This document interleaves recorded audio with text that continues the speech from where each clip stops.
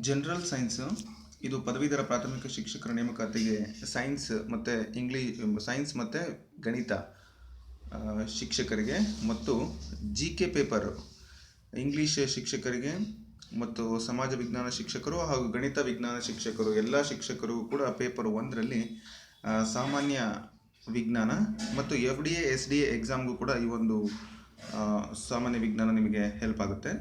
ನೋಡೋಣ. ಇದರಲ್ಲಿ ಮೊದಲಿಗೆ ಲೋಹಗಳ ಬಗ್ಗೆ ನಾವು ತಿಳ್ಕೊಳ್ಳೋಣ. ಲೋಹಗಳು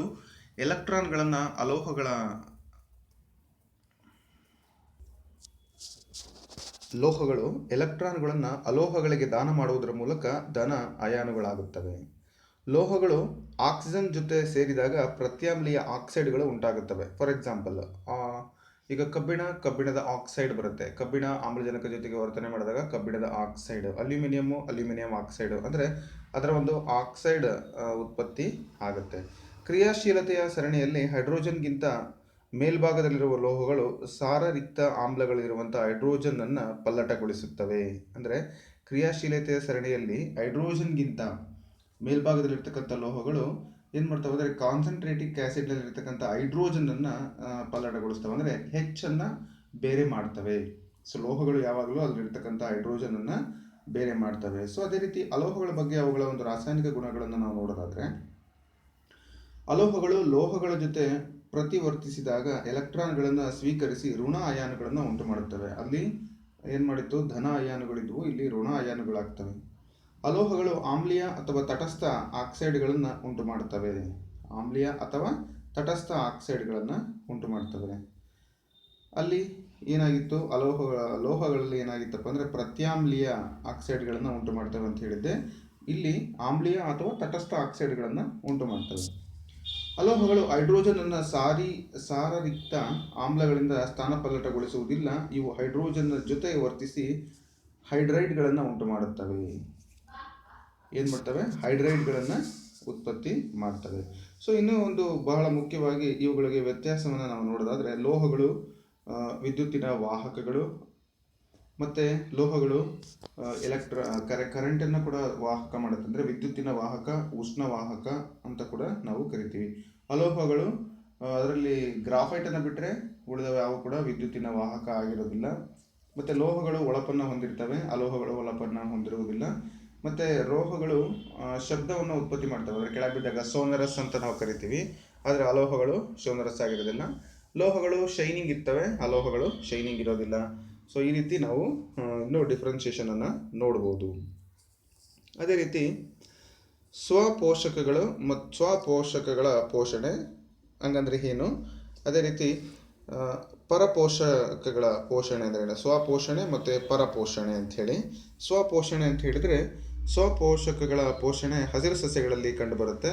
ಇದು ತಮ್ಮ ಆಹಾರವನ್ನು ತಾವೇ ತಯಾರಿಸಿಕೊಳ್ತವೆ. ಅಂದರೆ ಇಲ್ಲಿ ದ್ಯುತಿ ಸಂಶ್ಲೇಷಣಾ ಕ್ರಿಯೆ ಮೂಲಕ ಅವು ಏನು ಮಾಡ್ತವೆ ಅಂದರೆ ತಮ್ಮ ಆಹಾರವನ್ನು ತಾವೇ ತಯಾರಿಸಿಕೊಳ್ತವೆ. ಇದಕ್ಕೆ ಸೂರ್ಯನ ಬೆಳಕು ಮತ್ತು ಇತರ ಪೋಷಕಾಂಶಗಳ ಅಗತ್ಯತೆ ಇದೆ. ಇದನ್ನು ಸ್ವಪೋಷಣೆ ಅಂತ ಕರಿತೀವಿ. ಸ್ವಪೋಷಕಗಳ ಪೋಷಣೆಗೆ ಜೀರ್ಣ ಕ್ರಿಯೆಯ ಅಗತ್ಯತೆ ಇಲ್ಲ. ಅಂದರೆ ಅಲ್ಲಿ ಡೈಜೆಸ್ಟಿವ್ ಸಿಸ್ಟಮ್ ಏನು ಬೇಕಾಗಿಲ್ಲ. ಉದಾಹರಣೆಗೆ ಹಸಿರು ಸಸ್ಯಗಳು. ಅದೇ ರೀತಿ ಪರಪೋಷಣೆ ಅಂತ ಹೇಳಿದರೆ, ಪೋಷಣೆಯಲ್ಲಿ ಜೀವಿಗಳು ಆಹಾರಕ್ಕಾಗಿ ಸ್ವಪೋಷಕಗಳ ಮೇಲೆ ಅಥವಾ ಬೇರೆ ಜೀವಿಗಳ ಮೇಲೆ ಅವಲಂಬಿತವಾಗಿರುತ್ತೆ. ಅಂದರೆ ಬೇರೆ ಮೇಲೆ ಡಿಪೆಂಡ್ ಆಗಿರುತ್ತೆ.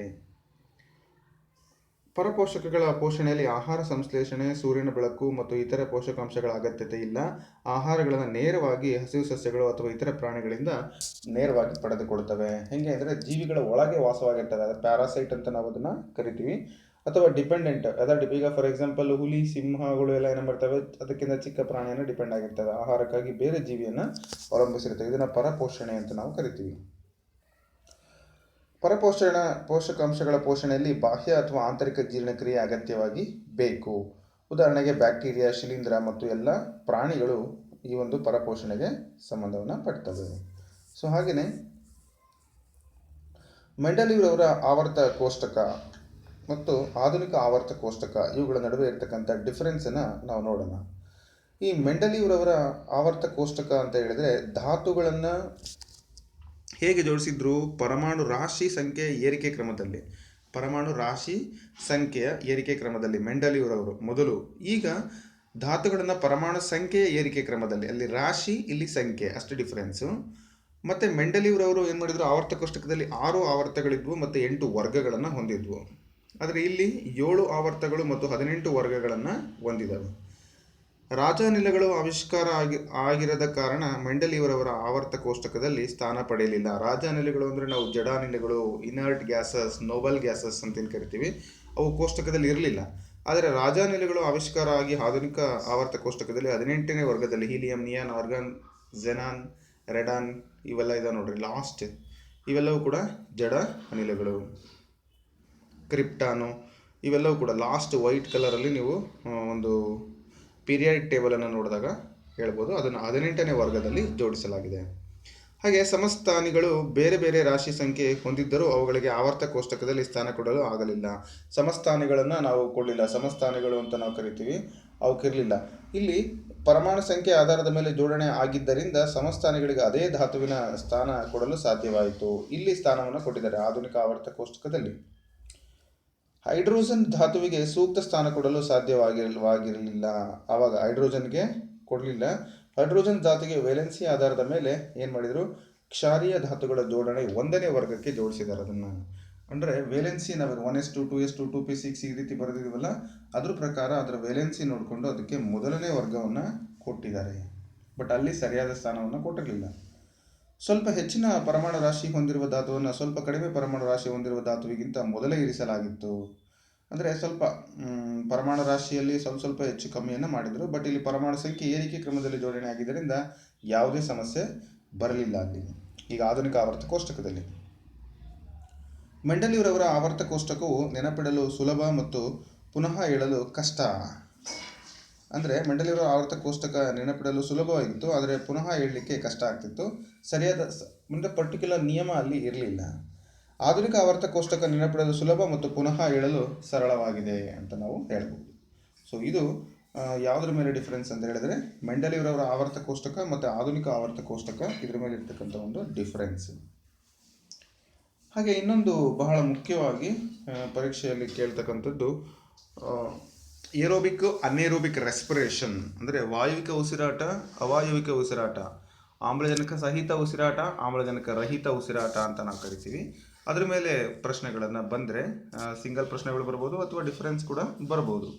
ವಾಯುವಿಕ ಉಸಿರಾಟವು ಆಕ್ಸಿಜನ್ನ ಉಪಸ್ಥಿತಿಯಲ್ಲಿ ನಡೆಯುತ್ತದೆ, ಅಂದರೆ ಪ್ರೆಸೆನ್ಸ್ ಆಫ್ ಆಕ್ಸಿಜನ್. ಇಲ್ಲಿ ಅವಾಯುವಿಕ ಉಸಿರಾಟವು ಆಕ್ಸಿಜನ್ ಅನುಪಸ್ಥಿತಿಯಲ್ಲಿ ನಡೆಯುತ್ತೆ, ವಿತೌಟ್ ಆಕ್ಸಿಜನಲ್ಲಿ ನಡೆಯುತ್ತೆ. ವಾಯುವಿಕ ಉಸಿರಾಟದಲ್ಲಿ ಗ್ಲೂಕೋಸ್ ಸಂಪೂರ್ಣ ಉತ್ಕರ್ಷಣೆ ಹೊಂದುತ್ತದೆ, ಅವಾಯುವಿಕ ಉಸಿರಾಟದಲ್ಲಿ ಗ್ಲೂಕೋಸ್ ಅಪರಿಪೂರ್ಣ ಉತ್ಕರ್ಷಣೆ ಹೊಂದುತ್ತದೆ.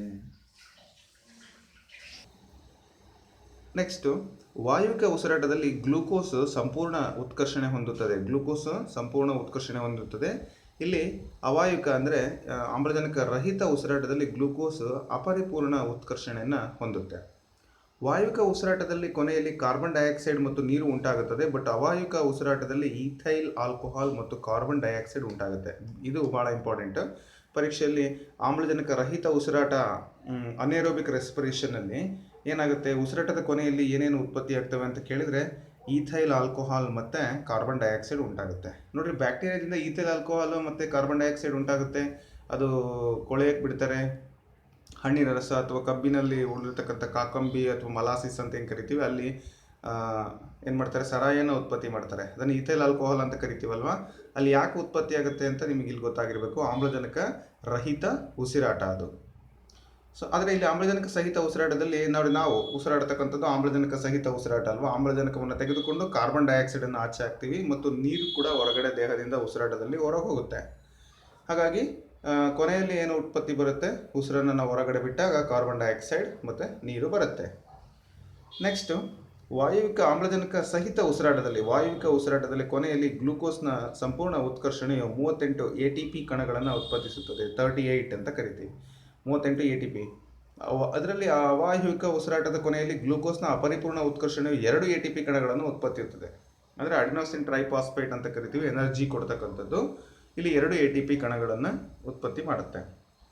ವಾಯುವಿಕ ಉಸಿರಾಟದಲ್ಲಿ ಅಧಿಕ ಶಕ್ತಿ ಬಿಡುಗಡೆ ಆಗುತ್ತೆ, ಆದರೆ ಇದರಲ್ಲಿ ಕಡಿಮೆ ಶಕ್ತಿ ಬಿಡುಗಡೆ ಆಗುತ್ತೆ.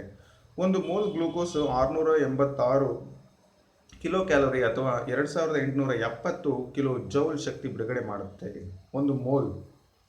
ಆದರೆ ಇಲ್ಲಿ ಉಸಿರಾಟದಲ್ಲಿ ಅದಕ್ಕೆ ಕಡಿಮೆ. ಒಂದು ಮೋಲ್ ಗ್ಲೂಕೋಸ್ 30ರಿಂದ 50 ಕಿಲೋ ಕ್ಯಾಲರಿ ಅಥವಾ 150ರಿಂದ 210 ಕಿಲೋ ಜೌಲ್ ಏನು ಮಾಡುತ್ತೆ, ಶಕ್ತಿಯನ್ನು ಬಿಡುಗಡೆ ಮಾಡುತ್ತೆ ಅಂತ ನಾವು ಹೇಳ್ತೇವೆ. ಅದೇ ರೀತಿ ಅಂಗಾಂಶಗಳಲ್ಲಿ ಅತಿ ಮುಖ್ಯವಾಗಿ ನಮಗೆ ಬೇಕಾಗಿರ್ತಕ್ಕಂಥದ್ದು, ಪರೀಕ್ಷೆಗೆ ಬಹಳ ಹೆಲ್ಪ್ ಆಗ್ತಕ್ಕಂಥದ್ದು ಝೈಲಮ್ ಮತ್ತು ಫ್ಲೋಯಮ್ ಅಂಗಾಂಶಗಳು. ಏನು ಝೈಲಮ್ ಅಂಗಾಂಶಗಳು ಏನು ಕೆಲಸ ಮಾಡ್ತವೆ, ಫ್ಲೋಯಮ್ ಅಂಗಾಂಶಗಳು ಏನು ಕೆಲಸ ಮಾಡ್ತವೆ, ಅವುಗಳಿಗಿರ್ತಕ್ಕಂಥ ಡಿಫ್ರೆನ್ಸ್ ಏನು, ಮತ್ತು ಇವು ಎಲ್ಲಿ ಕಂಡು ಬರ್ತವೆ, ಅವುಗಳ ಕೆಲಸ ಏನು, ಇವುಗಳ ಕೆಲಸ ಏನು, ಈ ಒಂದು ಡಿಫ್ರೆನ್ಸಲ್ಲಿ ನಾವು ನೋಡೋಣ. ಝೈಲಮ್ ವಸ್ತುಗಳ ಸಾಗಾಣಿಕೆ ಅಂದರೆ ಝೈಲಮ್ ಅಂಗಾಂಶವು ಸಸ್ಯದಲ್ಲಿ ನೀರು ಮತ್ತು ಲವಣಗಳನ್ನು ಸಾಗಿಸುತ್ತದೆ. ಅಂದರೆ ಇದು ಬೇರಿನ ಮುಖಾಂತರ ಎಲ್ಲ ಸಸ್ಯದ ಭಾಗಗಳಿಗೆ ಝೈಲಮ್ ಅಂಗಾಂಶ ಏನು ಮಾಡುತ್ತೆ, ಸಾಗಾಣಿಕೆಯನ್ನು ಮಾಡುತ್ತೆ. ಏನು, ನೀರು ಮತ್ತು ಲವಣಗಳನ್ನು ನೆನ್ಪಿಟ್ಕೊಳ್ಳೋಣ. ಸೊ ಫ್ಲೋಯಮ್ ಏನು ಮಾಡುತ್ತೆ ಅಂದರೆ ಈ ಆಹಾರ ಉತ್ಪತ್ತಿ ಆದ ನಂತರ ಎಲೆಗಳಿಂದ, ಅಂದರೆ ಹಸಿರು ಭಾಗದಿಂದ ಫ್ಲೋಯಮ್ ಅಂಗಾಂಶವು ಸಸ್ಯಗಳಲ್ಲಿ ಆಹಾರವನ್ನು ಏನು ಮಾಡುತ್ತೆ, ಒದಗಿಸುತ್ತದೆ. ಸೊ ಇದನ್ನು ನಾವು ಅರ್ಥ ಮಾಡ್ಕೋಬೇಕು. ಸೊ ಇದೇ ಥರ ಝೈಲಮ್ ಬೇರಿನಿಂದ ಹೀರಲ್ಪಟ್ಟ ನೀರು ಮತ್ತು ಲವಣಗಳನ್ನು ಸಸ್ಯಗಳ ಭಾಗಕ್ಕೆ ಮೇಲ್ಮುಖವಾಗಿ ಸಾಗಿಸುತ್ತದೆ. ಫ್ಲೋಯಮ್ ಎಲೆಗಳಿಂದ ತಯಾರಾದ ಆಹಾರವನ್ನು ಸಸ್ಯದ ಎಲ್ಲ ಭಾಗಗಳಲ್ಲಿ, ಎಲ್ಲ ದಿಕ್ಕುಗಳಲ್ಲಿಯೂ ಸಾಗಿಸುತ್ತದೆ. ಇದು ವಾಟರ್ ಮತ್ತು ನ್ಯೂಟ್ರಿಯೆಂಟ್ಸನ್ನು ಸಪ್ಲೈ ಮಾಡಿದರೆ ಅದು ಫುಡ್ಡನ್ನು ಸಪ್ಲೈ ಮಾಡುತ್ತೆ. ಝೈಲಮ್ ಸಾಗಾಣಿಕೆಯು ಸರಳ ಭೌತಿಕ ಪ್ರಕ್ರಿಯೆಗಳಾದ ಬಾಷ್ಪೀಕರಣ, ಸೆಳೆತದ ಸಹಾಯದಿಂದ ನಡೆಯುತ್ತೆ. ಅಂದರೆ ನಾವು ಪೊಟ್ಯಾಟೊ ಅಲ್ಲಿ ಆಸ್ಮಾಸಿಸ್ ಅಂತ ನೋಡ್ತೀವಲ್ಲ, ನೀರು ಹಾಕಿದಾಗ ನೀರು ಒಳಗಡೆ ಪೊಟ್ಯಾಟೊ ಒಳಗಡೆ, ಅಂದರೆ ಈ ಕಡಲೆ ಬೀಜ ನಾವು ನೆನೆ ಹಾಕಿದಾಗ ಏನಾಗುತ್ತೆ, ಅವು ದಪ್ಪ ಆಗ್ತವೆ ಸೈಜ್. ಅಂದರೆ ಇದು ಒಂದು ಪ್ರೋಸೆಸ್. ಇಲ್ಲಿ ಝೈಲಮ್ ಕೆಲಸವನ್ನು ಮಾಡುತ್ತೆ. ಅದನ್ನು ನಾವು ಬಾಷ್ಪೀಕರಣ, ಸೆಳೆತದ ಸಹಾಯ ಅಂತ ಹೇಳ್ತೀವಿ. ಹಾಗೆ ಫ್ಲೋಯಮ್ ಸಾಗಾಣಿಕೆಯು ATP ರೂಪದಲ್ಲಿ ಶಕ್ತಿಯನ್ನು ಬಳಸಿ ವಸ್ತು ಸ್ಥಾನಾಂತರ ಕ್ರಿಯೆಯಿಂದ ಜರುಗುತ್ತದೆ. ATP ರೂಪದ ಶಕ್ತಿಯನ್ನು ಬಳಸ್ಕೊಂಡು ಅದೇನು ಮಾಡುತ್ತೆ, ಸ್ಥಾನಾಂತರಣ ಅಂತ ಹೇಳಿ ಕರಿತೀವಿ. ಅದರಿಂದ ಅದೇನಾಗುತ್ತೆ, ಫ್ಲೋಯಮ್ಮು ಶಕ್ತಿಯನ್ನು ಸಾಗಾಣಿಕೆ ಮಾಡುತ್ತೆ. ಅದೇ ರೀತಿ ಝೈಲಮ್ ವಸ್ತುಗಳ ಸಾಗಾಣಿಕೆಯು ನಿರ್ಜೀವ ಘಟಕಗಳಾದ ಝೈಲಮ್ ನಾಳಗಳು ಮತ್ತು ಟ್ರೇಕಿಡ್ಗಳ ಮೂಲಕ ನಡೆಯುತ್ತೆ. ಝೈಲಮ್ ಯಾವುದರ ಮುಖಾಂತರ ಅಂತ ಹೇಳಿದರೆ ನಿರ್ಜೀವ ಘಟಕಗಳಾದ ಝೈಲಮ್ ನಾಳಗಳು ಮತ್ತು ಟ್ರೇಕಿಡ್ಗಳ ಮೂಲಕ ನಡೆಯುತ್ತೆ. ಅದೇ ಫ್ಲೋಯಮ್ನಲ್ಲಿ ಏನಾಗುತ್ತೆ ಅಂದರೆ ಜೀವಂತ ಘಟಕಗಳಾದ ಫ್ಲೋಯಮ್ ನಾಳ ಮತ್ತು ಸಂಗಾತಿ ಜೀವ. ಅದೇ ರೀತಿಯಲ್ಲಿ ಶ್ವಾಸಕೋಶಗಳಲ್ಲಿರುವಂಥ ಗಾಳಿಗೂಡುಗಳು ಏನು ಕೆಲಸವನ್ನು ಮಾಡ್ತವೆ ಮತ್ತು ಅವುಗಳ ಒಂದು ಕಾರ್ಯವನ್ನು ನಾವು ನೋಡೋಣ. ಶ್ವಾಸಕೋಶದಲ್ಲಿರ್ತಕ್ಕಂತಹ ಗಾಳಿಗೂಡುಗಳು ಶ್ವಾಸಕೋಶದ ರಚನಾತ್ಮಕ ಮತ್ತು ಕಾರ್ಯಾತ್ಮಕ ಘಟಕಗಳಾಗಿವೆ. ಶ್ವಾಸಕೋಶದಲ್ಲಿ ಆ ಗೂಡುಗಳು ಏನು ಮಾಡ್ತವೆ ಅಂದರೆ ನಾವು ತಗೊಂಡಿರ್ತಕ್ಕಂಥ ಒಂದು ಗಾಳಿಯಲ್ಲಿ ಆಮ್ಲಜನಕವನ್ನಷ್ಟೇ ತಗೊಂಡು ಉಳಿದಂತಹ ಕಾರ್ಬನ್ ಡೈಆಕ್ಸೈಡನ್ನು ಬೇರೆ ಎಲ್ಲ ಒಂದು ರಕ್ತನಾಳಗಳಲ್ಲಿ ಏನು ಮಾಡ್ತವೆ ಅಂದರೆ ಅಲ್ಲಿಂದ ಬಂದಿರತಕ್ಕಂಥ ಕಾರ್ಬನ್ ಡೈಆಕ್ಸೈಡನ್ನು ಕೊಟ್ಟು ಅದನ್ನು ಶ್ವಾಸಕೋಶದಿಂದ ಆಚೆ ಬರಲಿಕ್ಕೆ ಸಹಾಯವನ್ನು ಮಾಡ್ತವೆ. ಅಂದರೆ ರಚನಾತ್ಮಕ ಮತ್ತು ಕಾರ್ಯಾತ್ಮಕ ಘಟಕಗಳು, ಶ್ವಾಸಕೋಶದ ರಚನಾತ್ಮಕ ಮತ್ತು ಕಾರ್ಯಾತ್ಮಕ ಘಟಕಗಳು ಯಾವುವು ಅಂದರೆ ಗಾಳಿಗೂಡುಗಳು. ಸೊ ನೆಕ್ಸ್ಟ್, ಗಾಳಿಗೂಡುಗಳು ಬಲೂನಿನಂತಹ ರಚನೆಗಳಾಗಿದ್ದು ಶ್ವಾಸಕೋಶಗಳಲ್ಲಿ ಕಂಡುಬರ್ತವೆ. ಇವು ಇರತಕ್ಕಂಥದ್ದು ಶ್ವಾಸಕೋಶಗಳಲ್ಲಿ. ಗಾಳಿಗೂಡುಗಳು ತೆಳುವಾದ ಭಿತ್ತಿ ಹೊಂದಿದ್ದು ಅಧಿಕ ಲೋಮನಾಳಗಳಿಂದ ಆವರಿಸಿದ ಜಾಲವನ್ನು ನಾವು ಹೊಂದಿದ್ದೇವೆ. ಇದಕ್ಕೆ ನಾವು ಗಾಳಿಗೂಡುಗಳು ಅಂತೇಳಿ ಕರಿತೀವಿ. ಇವು ಎಲ್ಲಿರ್ತವೆ ಅಂದರೆ ಶ್ವಾಸಕೋಶದಲ್ಲಿ ಇರ್ತವೆ. ಅದೇ ರೀತಿ ಮೂತ್ರಪಿಂಡದಲ್ಲಿರ್ತಕ್ಕಂಥ ನೆಫ್ರಾನ್ಗಳ ಬಗ್ಗೆ ನಾವು ನೋಡೋಣ. ಮೂತ್ರಪಿಂಡದಲ್ಲಿರ್ತಕ್ಕಂಥ ನೆಫ್ರಾನ್ಗಳು ಮೂತ್ರಪಿಂಡದ ರಚನಾತ್ಮಕ ಮತ್ತು ಕಾರ್ಯಾತ್ಮಕ ಘಟಕಗಳಾಗಿರ್ತವೆ. ಸೊ ಮೂತ್ರಪಿಂಡದಲ್ಲಿ ಅಂದರೆ ಕಿಡ್ನೀಸ್ ಅಂತ ನಾವು ಕರಿತೀವಿ. ಇವು ಏನು ಮಾಡ್ತವೆ ಅಂದರೆ ನಮ್ಮ ದೇಹದಲ್ಲಿ ಹರಿತಕ್ಕಂಥ ಎಲ್ಲ ರಕ್ತವನ್ನು ಏನು ಮಾಡ್ತವೆ, ಫಿಲ್ಟರ್ ಮಾಡ್ತವೆ, ಶುದ್ಧೀಕರಣ ಮಾಡಿ ಅನುಪಯುಕ್ತ ಅಂತಹ ಮತ್ತು ಹೆಚ್ಚಾದಂಥ ನೀರಿನ ಅಂಶವನ್ನು ಯೂರಿನ್ ರೂಪದಲ್ಲಿ ಏನು ಮಾಡ್ತವೆ, ಹೊರಗಡೆ ಕಳಿಸ್ತವೆ ಮತ್ತು ಶುದ್ಧ ರಕ್ತವನ್ನು ದೇಹಕ್ಕೆ ಮತ್ತೊಮ್ಮೆ ಕಳಿಸ್ತವೆ, ಅಂದರೆ ಹಾರ್ಟಿಗೆ ಕಳಿಸುತ್ತೆ. ನೆಫ್ರಾನ್ಗಳು ನಳಿಕಾ ರಚನೆಯನ್ನು ಹೊಂದಿದ್ದು ಮೂತ್ರಪಿಂಡದಲ್ಲಿ ಕಂಡುಬರುತ್ತವೆ. ನಳಿಕಾ ರಚನೆ ಇರುತ್ತೆ, ಅವು ಮೂತ್ರಪಿಂಡದಲ್ಲಿ ಇರ್ತವೆ. ಸೊ ನೆಫ್ರಾನ್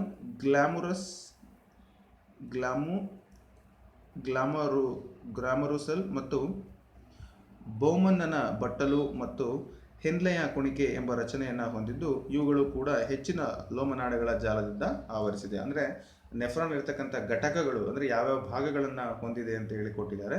ಸೊ ಅವು ಕೂಡ ಹೆಚ್ಚಿನ ಜಾಲದಿಂದ ಆವರಿಸನೆಗೊಂಡಿರ್ತವೆ. ಅಂದರೆ ಏನಂದರೆ ಇಲ್ಲಿ ಏನು ಕೆಲಸ ಮಾಡುತ್ತೆ, ನೆಫ್ರಾನ್ ಚಿತ್ರವನ್ನು ನೀವು ಅಲ್ಲಿ ವೀಕ್ಷಣೆ ಮಾಡಿದರೆ ಆ ನೆಫ್ರಾನಲ್ಲಿ ಏನೆಲ್ಲ ಅಂಶಗಳಿರುತ್ತೆ, ಆ ನೆಫ್ರಾನ್ ಹೇಗೆ ಫಿಲ್ಟರ್ ಮಾಡುತ್ತೆ ಅಂದರೆ ಹೇಗೆ ರಕ್ತವನ್ನು ಶೋಧಿಸಿ ಅನುಪಯುಕ್ತವಾಗಿರ್ತಕ್ಕಂಥ ವಸ್ತುಗಳನ್ನು ದೇಹದಿಂದ ಹೊರ ಹಾಕುತ್ತೆ.